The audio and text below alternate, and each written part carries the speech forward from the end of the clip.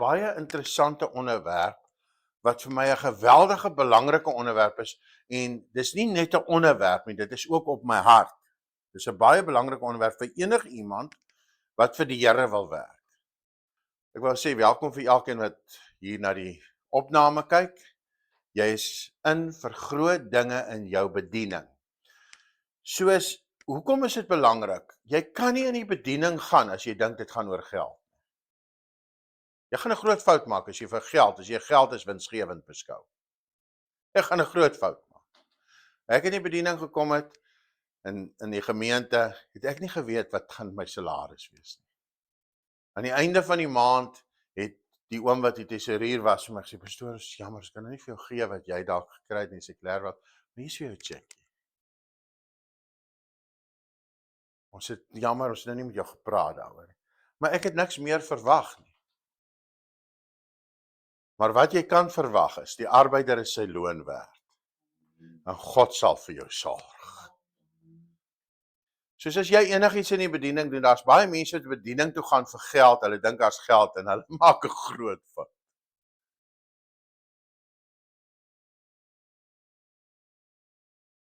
Hulle maak 'n groot fout. Maar as jou hart reg is, maak jy geen fout. Soos, waar staan die bediening met betrekking tot geld en hoe meet jy sukses met geld en dies meer? Jesus sê, ons kan nie twee Here dien nie.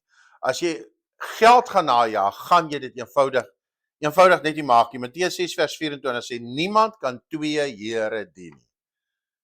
Baie mense wat in die tydelike sekulêre wêreld is, hulle dien geld. Vir hulle gaan dit oor geld. Ek wil geld, maar ek wil 'n miljonair wees. Want dis wat ek wil wees, sê baie mense. Daniël 12 vers 3 sê, die wat baie tot regverdigheid lei, sal glinster soos die sterre vir ewig en altoos. Dit moet vir jou net oor siele gaan. Kan ek dit weer sê? Dit moet vir jou net oor siele gaan. En as dit vir jou nie net oor siele gaan, jy probleem, ek het een keer gehoor, kom ons sê deur die grapevine, dat 'n prediker sê, vir 'n ander prediker, en hy maak hierdie valse stelling, maar vir daai prediker het dit sy hart openbaar. Hy sê die volgende, hy sê vir die ander prediker, hy sê, come on, vir ons almal is dit so, as ons 'n besoeker in die kerk in sien stap, sien ons net geld. Jy kan maar weer sê ja. Jy kan maar weer sê ja. In so 'n geval wil ek sê, is ek dan op die regte plek, dit is waaroor dit gaan. Die prediker by wie ek het gehoor het sê, hy was geskok, het gedink is ek in die regte kerk. Die persoon wat dit gesê het, is ook nie meer in die bediening nie, hy het die pad 'n bietjie byster geraak. Ek bid vir daai persoon. Van tyd tot tyd. As jy 'n mens sien vir geld, dan moet jy tot bekering kom.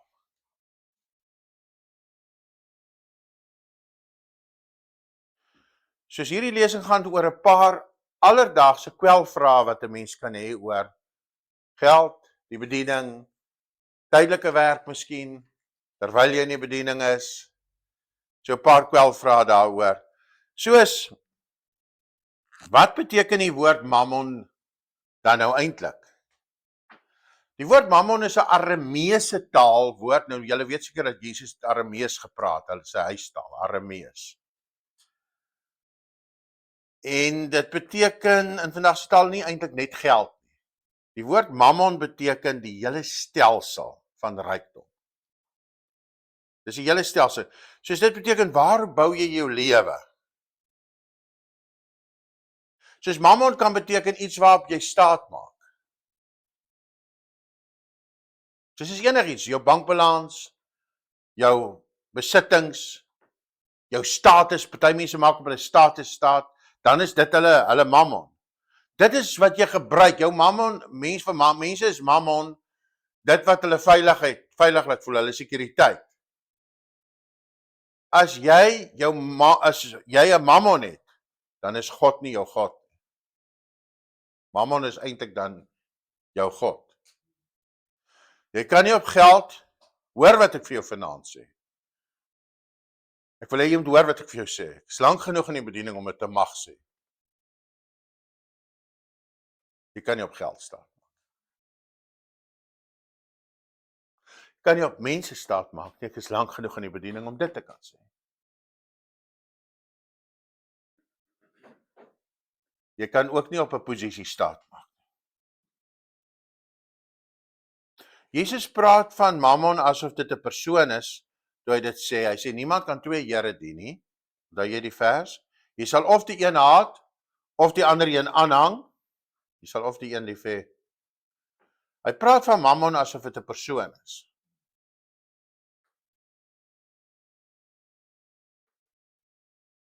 Soos dis iets wat probeer om jou baas te wees. Of God is jou baas of jou besittings is jou baas. Jy kan nie in enige bediening aangaan, of dit nou evangelis is en of dit beraader is en of dit wat is, as besittings jou baas is nie. Nou luister na hierdie spreek. God vereis totale toewyding. Nou ek wil dan vir julle sê, ek gaan vir julle die notas ook gee wat ek in my hand het. Julle maak skryf lekker, maar hou aan met skryf. Skryf is 'n dubbele manier om te leer. Hierdie notas sit ek môre vir julle op die groep uit. Maar skryf, want dit is dubbele manier van leer. Luister hierna. God vereis totale toewyding. En wat gee hy vir die toewyding? Hy bied vir jou sekuriteit deur sy voorsiening. That's massive. Hier staan 'n getuie voor julle. Gaan nie vir julle vertel wat in my lewe, my getuienisse sal ek nog eendag vir julle vertel, maar laat ek vir julle sê, of miskien nie ewigheid. My lewe is 'n getuienis van 'n God wat lewe. Amen. Dit kan ek vir julle sê. My lewe is 'n getuienis van 'n God wat lewe. Ek sê dit weer, daar is twee gedagtes. Die eerste een is God, ek gaan net nou sê van mammon, God vereis totale toewyding en bied sekuriteit deur sy voorsiening. Soos toewyding, wat kry jy? Sekuriteit omdat hy vir jou voorsien. Wat vereis mammon? Mammon eis ook totale toewyding. Al jou tyd vir jou werk, al jou tyd vir jou geld, al jou tyd vir jou besigheid, al jou tyd. Mammon eis totale toewyding en wat gee hy? Nee, hy gee nie iets, hy beloof net iets. God gee sekuriteit deur voorsiening, maar wat doen mammon? Mammon beloof sekuriteit deur dit wat jy opgaar. Hy beloof dit, maar hy gee dit. As jy sekuriteit en geld nie. Jy kan nie twee baase hê nie. Nou in die Bybelse tyd, toe hierdie skrif geskryf is, toe Jesus dit gesê het, kan 'n slaaf en nie twee eienaars gehad het nie. Dit sal mos nou net nie werk nie. Jy kan nie 100% vir God en 100%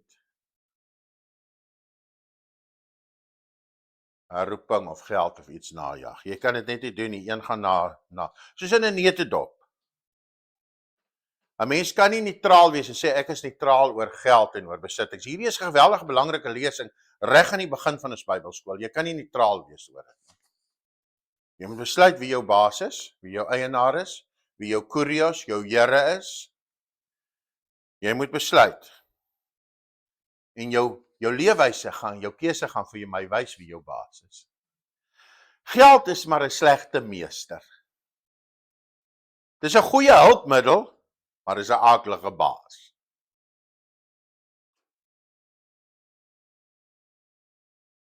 Dit gaan nie daaroor dat jy nie geld mag hê nie. By all means, maar geld moet net nie vir jou hê nie. Dit is gerieflik om geld te hê en God wil jou heel waarskynlik daarmee seën. Maar dit moet nie vir jou hê nie.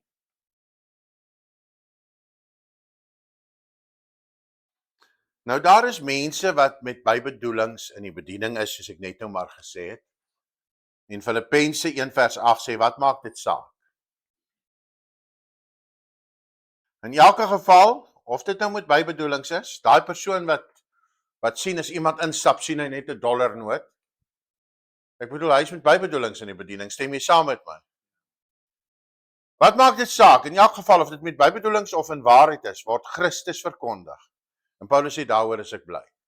Hy sê, of daai ou nou bybedoelings het, hy sien 'n dollarnoot, wat maak dit saak? Daai ou is verkeerd, maar ek bedoel, ek soek net dat daai ou verkondig daarom Christus. En daar sal 'n siel iewers gered word deur sy bediening. So prys die Here. Sê saam met my, prys die Here. Prys die Here. Al verstaan jy dit nie, prys die Here.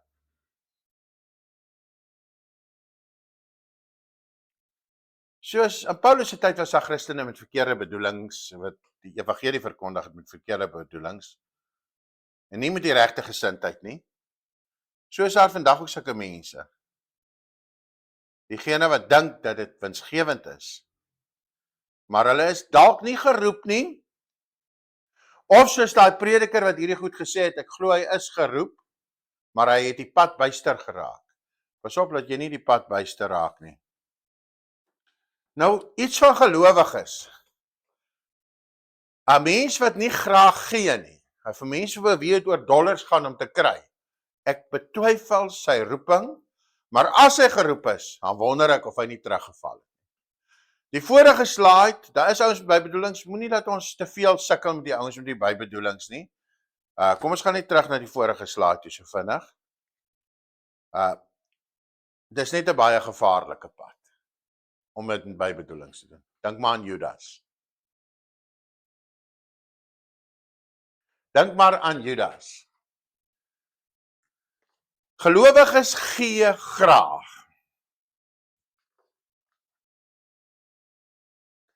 Hoekom gee jy graag? Want jy het mos vir God gesê, wys my waar kan ek gee? En daaroor moet ek 'n paar woorde praat. Hebreërs 11 vers 4. Julle weet ons noem Hebreërs die geloofshoofstuk. En ons praat van Hebreërs as die Hebreërs 11 as die geloofshoofstuk, maar ons noem ook Hebreërs 11 die galery van geloofshelde. Die galery van geloofshelde. Hebreërs 11 vers 4 in die Nuwe Lewende Vertaling sê, omdat Abel geglo het, het hy 'n beter offer as Kain aan God gebring. Dis, onthou Abel is die eerste persoon wat genoem word onder die geloofshelde. Hy het 'n beter offer omdat hy geglo het. God het Abel se offer aanvaar en daarmee bevestig dat hy 'n regverdige mens is, soos hy het sy offer aanvaar. En alles Abel lankal dood, sê Hebreërs 11 vers 4, praat hy deur sy geloof nog steeds met ons. Soos Abel hierdie gedeelte praat nog steeds met ons. Nou wat interessant is, die eerste mens in die Bybel wat bestaan het, wat regverdig verklaar is, was Abel. Interessant, ons weet nie van Adam so baie nie. Ons weet nie eens of hy gered is nie, want die galery van geloofshelde praat. Dis wreed om dit te dink. Ons weet nie eens of Adam in die hemel is nie. Ons weet dit nie. Maar sy seun Abel word genoem. En die eerste geval wat genoem word oor geloof is 'n geval waar gegee is. Dis die heel eerste geval. Jou geld gaan wys of jy glo. Dit wat jy daarmee doen. Of jy basis en of die Here basis en of die geld basis. Gee is 'n vorm van aanbidding. En dit maak God gelukkig as jy dit in geloof kan doen. Mense maak foute deur foute vind met mense wat gee. Jou vrou sal dalk met jou fout vind omdat jy gee. En ek sê dit nou met geen bybedoelings iemand se vrou jou fout vind met jou nie. Maar jou vrou kan dalk moet of jou mense kan met jou fout vind omdat jy gee. Jou ouers kan dalk fout vind en sê jy kan nie dit gedoen het nie. Daarvan is Abel 'n voorbeeld. Kain was jaloers op Abel. Hy het hom doodgemaak. Kain het vir Abel doodgemaak vir sy offer. Oor sy mooi verhouding met die Here. Kain het hom doodgemaak. Dink maar aan Judas, hoe hy fout gevind het met Maria se offer. En gesê het Maria mors geld. Maar Jesus het toe sy die offer bring haar laat staan. En vandag word daar nog steeds van Abel gepraat, daar word nog steeds van Maria in kerke gepreek. Haar verhaal is in die Bybel opgeteken. Dit sê vir my mense wat aan God offer, sal in ewigheid genoem word. Johannes 12 vers 4, die geval van Judas. Johannes 12 vers 4, Judas Iskariot, een van sy disippels. sê toe, waarom is hierdie geld nie vir hierdie olie vir 'n eislike bedrag verkoop, die eislike bedrag?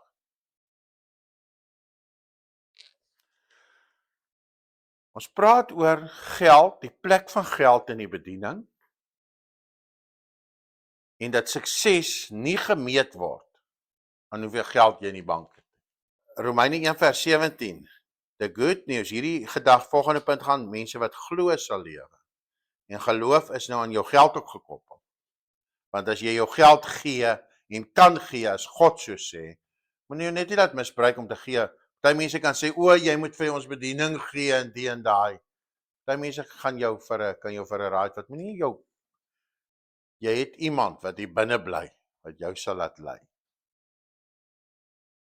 Daar's al baie mense wat mense se alle geld gevat het, hulle gerop het. Daar's geen beter woord nie. Maar Romeine 1 vers 17 sê the good news tell us how God accepts everyone who has faith, but only those who have faith. It is just as the scripture says, the people God accepts because of their faith will live. Jou punt is geloof, jou bate is geloof. Jou vertaling sê die regverdige sal deur die geloof lewe. Dit beteken dat ons in Christus glo vir ons redding. Dis wat dit beteken. Ek glo in Christus vir my redding. Ons glo en daarom sal ons lewe. Sê dit saam met my. Ek glo, daarom sal ons lewe. En daarom is ek nie bang om te saai nie. Want omdat ek glo, sal ek lewe. Kan ek dit weer sê? Omdat ek glo, sal ek lewe. Daarom is ek nie bang om te saai nie. Om te saai sal ons nie arm maak nie. Maar ons sal oes, want ons glo. Mense wat nie werklik glo nie, vind dit baie moeilik om te saai. Saai is 'n lewenslange geloofstaak, en so is jou lewenslange geloofstaak ook om te oes. Kan dit vandag sê, ek is lank genoeg in die bediening om dit te kan sê. En ek kan dit sê omdat die woord so sê. Om te gee, luister hier, om te gee kos geloof. Jy kan vir my sê wat jy wil, om te gee kos geloof. Vir alles wat jy saai, kosbaar is vir jou. Dink maar aan die weduwee, wat haar laaste geld gesaai het in Markus 12 vers 41. Die Bybel sê die regverdige sal deur die geloof lewe. Kom ek sê dit. Om te saai kos geloof. Die regverdige sal deur die geloof lewe. Jy gaan nie survive nie, jy gaan thrive. Geloof sorg vir jou. Luister na hierdie vers in Galasiërs. Geloof gaan vir jou sorg. Nie jou kwalifikasie nie, nie jou bankbalans nie. Geloof gaan vir jou sorg. Galasiërs sê so, iemand wat in die woord van God onderrig word, moet die een wat onderrig gee. Soos die een wat onderrig word, moet aan die een wat onderrig gee, in alle goeie dinge laat deel. Soos jy wat onderrig ontvang, moet deel van jou goeie goed wat jy het aan die teacher. Dit staan in Galasiërs. Moenie 'n fout maak nie, God laat hom nie spot nie. Net wat 'n mens saai, sal hy maai. Dis 'n ewige geestelike beginsel. Ons gaan volgende week praat oor beginsels, the laws, wette van geestelike wette. Nou nie die 10 gebooie nie. Wonderlike geestelike, maar hierdie is 'n geestelike wet. Net wat jy saai, sal jy maai. En interessant dat hy sê, moenie 'n fout maak nie, God laat hom nie spot nie. Jy gaan nie eendag kan sê, ek het gesaai, maar ek het nie gemaai nie. Jy sal dit nie van God kan sê nie. God laat hom nie bespot nie. Net wat jy saai, sal jy maai. Nou, julle almal ken die vensters van die hemel, en hierdie lesing sal nie volmaak wees as ek nie oor die vensters van die hemel praat nie. Praat met jou oor sukses, word nie aan geld gemeet nie. Jy kan nie bediening toe gaan as dit vir jou as jy dollars in mense sien. Jy kan dit nooit doen nie. Julle almal ken Maleagi 3 vers 8 tot 12. Mag 'n mens God beroof? Julle beroof my. Julle sê waarin het ons u beroof? Hy sê in die tiendes en die offergawes. Een van my kerkraadslede is hierso in hierdie groep en hy is nou my getuie, meer as een. Hier is meer as een kerkraadslid wat hier sit in my, wat in hierdie groep is en hulle is my getuie dat ek by die vorige vergadering gesê het, mense, ek kan nie iets preek en dit nie doen nie. Net oor hierdie soort van onderwerp gaan. Onthou julle dit? Kan nie iets preek en dit doen nie. En toe moes daar 'n voorbeeld, daar was 'n goeie voorbeeld. Soos hy sê as jy hierdie goed nie doen nie met die vloek as jy belaai, vers 9. Met die vloek. En baie mense hou nou aan, hulle het nou 'n vloek in Maleagi 3 vers 9. Te vloek op hulle, nou hulle net aan om God te beroof. Hy sê met die vloek as jy hulle belaai, julle die hele nasie. Hy sê bring die hele tiende na die skathuis sodat daar spys in my huis kan wees. Maar dan kos in die huis. Die woord gaan vir jou oopgebreek word. Toets my hierin, sê die Here, of ek nie vir jou die vensters van die hemel gaan oopmaak nie. Toets my, die Here sê toets my of ek nie vir jou die vensters van die hemel sal oopmaak nie. En 'n oorvloedige seën. God wil jou seën. Het God my geld nodig? Nee. Maar daai geld wys of ek glo. Dis maar die manier wat wys of mense glo. Ek onthou een spesifieke geval, ek kan dit nie vergeet nie. 'n Man het radikaal in sy sitkamer tot bekering gekom in hierdie dorp. Kom gaan besoek. Dit was die mooiste bekering wat ek seker gesien het. Radikaal, hulle is soos handomkeer van. Hulle is dadelik in die kerk, daai twee mense. En toe hulle se 2 keer hier was, sien hulle ons neem offergawe en die pastoor praat. Toevallig, daai tyd het ek baie min oor geld en ek het nie eintlik iets gesê in elk geval nie. Maar die diens praat ek toe 'n paar woorde oor geld.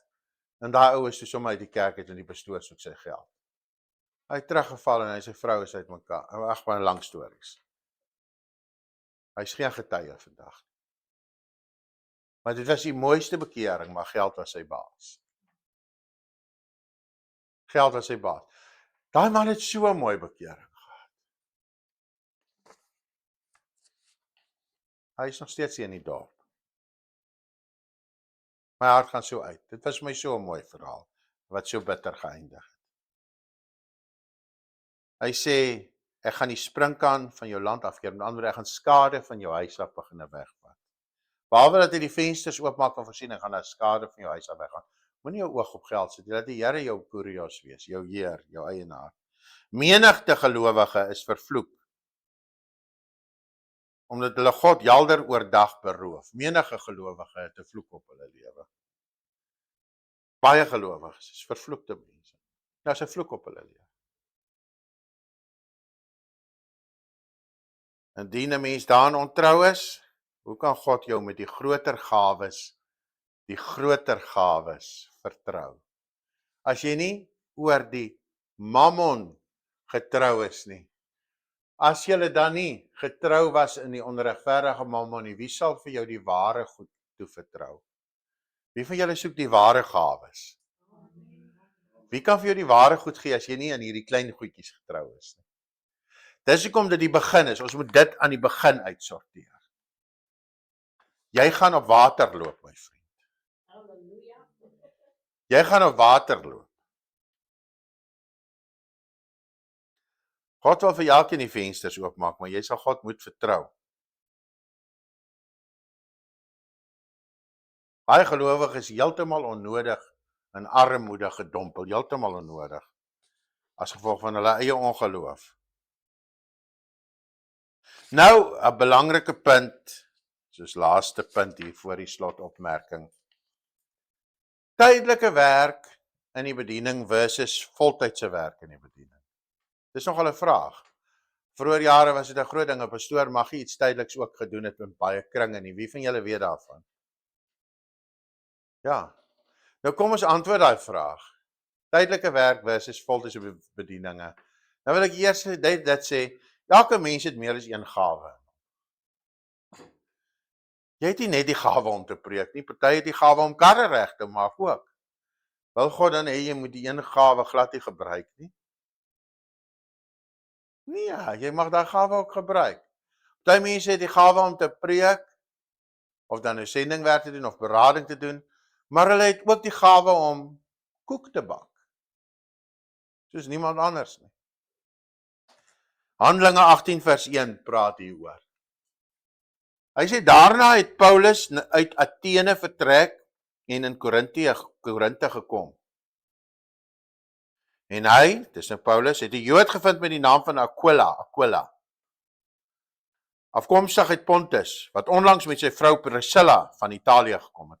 Soos Paulus kom toe daarso in Korinthe, en hy kry toe vir Aquila, die Jood en sy vroutjie Priscilla.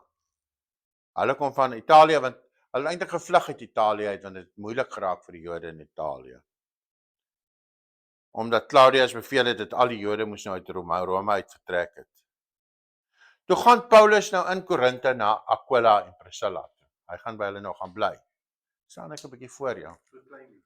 Ja. Toe gaan Paulus in Korinthe na Aquila en Priscilla toe. En nou sê die Bybel in vers 3 van Handelinge 18, en omdat Paulus van dieselfde ambag was. Dus Paulus het ook 'n ambag gehad, hy het nie net gepreek nie. Dat Paulus van dieselfde ambag was, het hy by hulle gebly en gewerk. Soos Paulus het gewerk ook, met sy eie hande. Want hulle was tentmakers van ambag. Soos hulle ambag was om tente te maak. Wow. En hy het elke Sabbat in die sinagoge gespreek en Jode sowel as Grieke oortuig. Want daai tyd het baie Jode nog op die Sabbat bymekaar gekom, want hulle was Sabbatsonderhouers. Soos wat se geleentheid Paulus gehad, hy het op die Sabbat vir hulle gaan preek, want dit was wanneer hulle almal in die sinagoge was. Soos daar is eintlik nie iets soos 'n tydelike werker in die koninkryk van God nie. Ons almal wat hier sit, of jy nou by Absa werk ook, Absa is, of wat se plek jy ook al werk, en of jy 'n boer is, dis eintlik jou tydelike werk, en hierdie is jou voltydse werk. Ek sien my broer sê amen. Ja, ek het vandag 'n interessante ding gehad, maar gee hulle laat. OK. Nou, jy is voltyds in diens van die Here, maar jy mag iets tydeliks ook doen. Daar's niks verkeerd daarmee om 'n ander bron ook te hê nie, waar die Here vir jou lewensonderhoud voorsien nie. Paulus was 'n tentmaker gewees. Ek het al deur die genade, kan ek dit nou maar getuig, ek het al baie goed in my lewe afgewys. Ek het nou onlangs weer iets afgewys. Want ek wil nie hê iets met my insluk nie. Niks met my insluk nie. Niks met my insluk nie. Ek werk vir God. Ek werk vir God. Maar dit beteken nie ek mag iets langs die kant doen nie. Maar as iets my gevaar is, dan wys ek dit af. Paulus was 'n tentmaker. Ja, in elke mens het ek net gesê, is daar meer as een gawe. As jy geld besit, is dit is handig. Geld net nie vir jou besit nie. Want dan is dit afgryslik. Niemand moet so betrokke wees, hier is 'n belangrike stelling. Niemand moet so betrokke wees met tydelike werk, dat jy nie meer vir God kan werk. 2 Timoteus 2 vers 4. Niemand wat 'n krygsman is, wikkel hom in die werksaamhede van die lewensonderhoud in nie. Jy maak jou nie vas met die tydelike goeder, so vas, as jy 'n krygsman vir God is nie. Want jy moet die een behaag, tevrede stel, wat jou vir diens gewerk het. Ek is in God se diens. Hy het my mos aangestel, hy het my geroep vir die bediening. Ek is geroep vir die bediening. Hy het my aangestel. Ek is in hierdie dorp en dit wat ek hier doen, is ek aangestel. God het my aangestel. En ek kan my nie so inwikkel en goed, dat ek hom nie kan behaag nie, ek moet hom behaag. En as ek nog iets langs die pad doen, is dit omdat God dit vir my gee, omdat hy vir my sorg, en dit 'n wonderlike iets is, 'n wonderwerk. Soos die slotgedagte, ons sluit af. As ons sukses meet aan wêreldse standaarde, soos kom ek sê weer, is dit winsgewend om in die bediening te wees? Soos, as ons sukses meet aan wêreldse standaarde van rand en sent, dan het ons die groter prentjie misgekyk. Om in die bediening te wees, is inderdaad kragtig winsgewend. Want jy wen siele. Daar's geen groter wins as om siele te wen nie. Soos dis kragtig winsgewend. Want 'n siel, waar kan jy groter wins sê as om 'n siel te wen? Nie omdat dit jou beursie vul met rykdom van hierdie wêreld nie, maar omdat dit jou lewe vul met ewigheidswaarde van die koninkryk. Dit skuif ons vertroue van 'n wankelbare fondamente van mammon na onfeilbare voorsienigheid van God. Dit skuif my van fondamente, van die wankelbare fondamente van mammon na die voorsiening van God. Wanneer ons met vrymoedigheid saai en vrygewigheid, omdat ons glo, skuif God die vensters van die hemel oop. Dis net 'n slotgedagte. Mag ons elkeen, of ons nou tente maak en of ons voltyds by die kansel staan, in aanhalingstekens, onthou dat ons harte net een aan een meester behoort. Laat ons getrou saai, laat ons voluit lewe uit die geloof, laat ons floreer in die roeping wat hy vir ons gegee het. Baie dankie. Amen.